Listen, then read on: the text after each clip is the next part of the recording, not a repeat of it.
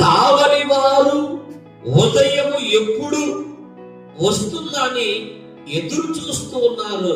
కానీ నేను ప్రభు కొరకు మాత్రము నేను ఎక్కువగా ఆశ పెట్టుకొని ఉన్నాను అంటున్నాడు కీర్తనకారుడైనటువంటి దావీదు గారు.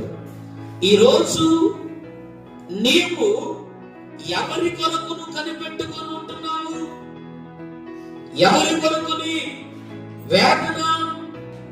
ఎవరి కొరకు నీ ఆలోచన? కావలి వారేమో ఉదయం కొరకు ఎదురు చూస్తూ ఉన్నారు.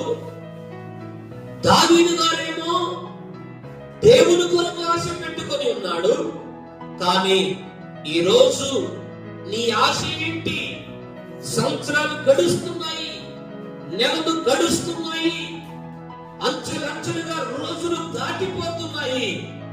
కానీ నీ ఆశ ఎవరి మీద ఉంది? డబ్బు మీద, బంగారం మీద, పేరుల మీద, చీరల మీద, లోకం మీద, లోక ఐశ్వర్యం మీద, లేకపోతే అందరూ ఐశ్వర్యం మీద నీ ఆశ ఉందా? ఈ రోజు నీ ఆశ ఏమై ఉన్నదో నాకైతే తెలియదు. కానీ దావీదు గారు ఆశ మాత్రము దేవుని కనిపెట్టుకొని ఉందట.